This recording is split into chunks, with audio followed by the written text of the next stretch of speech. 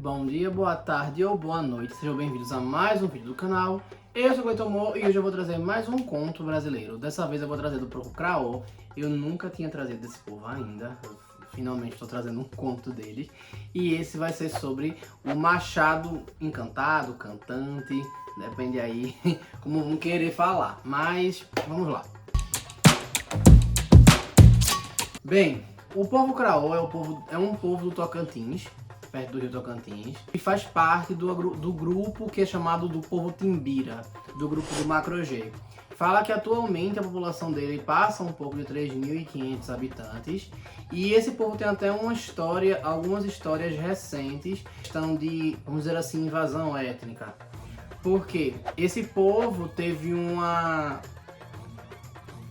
É o termo que tá falando no site, mas discordando, é tipo uma onda civilizatória, entre aspas, na década de 40 do século passado, a qual eles estavam tentando, vamos dizer assim, se integrar mais à sociedade brasileira no geral e deixar os costumes deles. Tá certo isso? Só que aí na década de 80 eles viram que esse movimento não estava fazendo sentido e que era muito melhor eles manterem a sua cultura e seus costumes. Então já foi um movimento contrário. Eles também se envolveram para solicitar o retorno de um machado, que é esse do conto que eu vou falar. Que é um machado para eles que tem poder ritualístico também, e não só armamentista, mas também ritualístico. É um machado que no conto fala que é caioré, mas eu vi que também pode ser falado cajré, cairé, tem alguns nomes que são reportados. Bem, de acordo com o conto, numa das guerras contra um povo que é inimigo deles, os Cracomaré, eu esqueci agora o nome, mas é um dos povos que é inimigo deles. Eles estavam batalhando e um dos guerreiros deles estava usando o machado ritualístico para ir para a guerra. Só que ele foi abatido e o inimigo roubou o machado e levou para o seu povoado. Quando acabou ali isso em português. Eletricity. Opa, pensei em inglês, desculpa. Acabou a batalha, a briga ali. Cada um levou seus espólios de guerra para casa, né, de um lado e do outro, e quem estava mais feliz era aquele do povo inimigo que estava levando o machado dos Craô.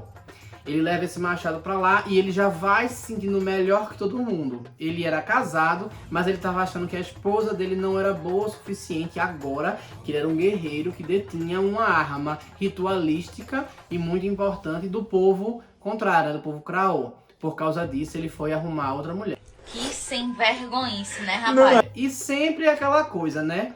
Fulaninho se acha demais, tá se achando as pregas de Odete. Mas vai ter alguém que vai concordar com fulaninho e vai achar o máximo aquilo, mesmo sendo uma atitude deplorável. E aí o que acontece? Ele acaba deixando a mulher e mudando de casa e vai morar com outra mulher. É safado. Aí o que acontece? Só que nessa mudança ele fica tão eufórico que ele esquece de levar o machado. Até que numa bela noite, a ex-mulher dele estava lamentando a perda do marido. E quando ouve o machado falar com ela, chamando ela de mamãe e pedindo para dar uma volta por aí. Do quê? Eu acharia tudo muito estranho, mas de acordo com o conto, pelo fato de ele ter chamado ela de mamãe, mexeu com o instinto maternal dela e ela decidiu dar um passeio com ele ali. Para de ser doida! Ainda sigo achando muito estranho, mas enfim. Enquanto eles estavam passeando pela floresta, o machado ensina alguns rituais e cantos do povo Craô para ela. Ela volta sabendo disso, só que o que acontece? Ela acaba falando lá no povoado dela e todo mundo fica sabendo. Da mesma forma que é difundida essa informação no povo Cracomaré, é isso? Acho que é isso. Lá o povo Craô também fica sabendo. E aí o irmão do guerreiro que estava portando a arma decide ir lá para tentar pegar de volta. Quando ele chega lá, ele fala com o cara que já está na posse, ou seja, ele já roubou de volta da ex-mulher dele, né? Conseguiu tomar de volta da ex-mulher dele. Pede e solicita encarecidamente aquilo. O pajé local instrui ele a devolver o machado para seu local de origem, visto que eles tinham meio que uma regra sobre isso, e como era um artefato ritualístico, era quase um... dizendo assim, eu vou respeitar os seus artefatos ritualísticos porque você vai respeitar os meus. Era tipo um cessar-fogo numa situação dessa. Só que o cara que portava o machado não tinha argumento. Ele não queria, de jeito maneira, devolver esse machado. Então ele disse que só se vencessem ele numa disputa de tora. Disputa de tora é pau de tora, se eu não me engano, o nome da competição. É quando os caras colocam uma madeira de cerca de 1 metro nas costas, a tora realmente, de cerca de 1 metro nas costas, e saem correndo para ver quem alcança primeiro, testando força, equilíbrio, resistência e fôlego, né? Eles disputam ali. Pesquisei e isso realmente é comum no povo lá, né? Nessa região. E aí o indígena fica assim, o Craol fica assim, sim, mas é direito da gente. Teu próprio pajé disse isso, devolve. E ele não, dizendo que era assim, mas que depois, que se ele vencesse a batalha, né, a corrida, ele poderia fazer o que quisesse com ele. Ele levava não só o machado, como, enfim, né, dependendo do costume, escravizar ou e se alimentar. Mas enfim, aí o que acontece? Ele volta e fala pro povo dele. Só que o cacique diz, oxe, como é a história? Não! A gente vai lá tirar isso aqui na base da porrada. Aí quebra! Aí vai lá e declaram guerra. E aí, aquela saravalha de flechas de um lado...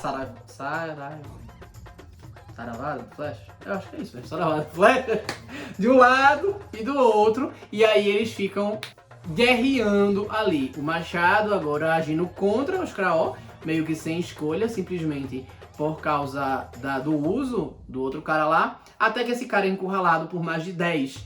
E ele tenta fazer alguma coisa e fugir. Ele até foge, né? O machado estava cantando enquanto batalhava, como era de costume. Não se fala se era um encantamento para enfraquecer o inimigo ou o que quer que seja, mas o machado cantava durante as guerras, o que para mim é um surto, mas beleza. E aí o cara foge com o machado na mão, só que aí ele acaba enfiando o pé num buraco, tropeça, cai no chão, de cara no chão, e aí é alvo perfeito para que os Craol acabem com ele e recuperem o machado. E assim o machado volta para o lugar de origem. Esse machado, como eu falei, ele é ritualístico e ele é semilunar, né? Que disseram assim, que ele tem um formato de lua assim, de meia lua no caso.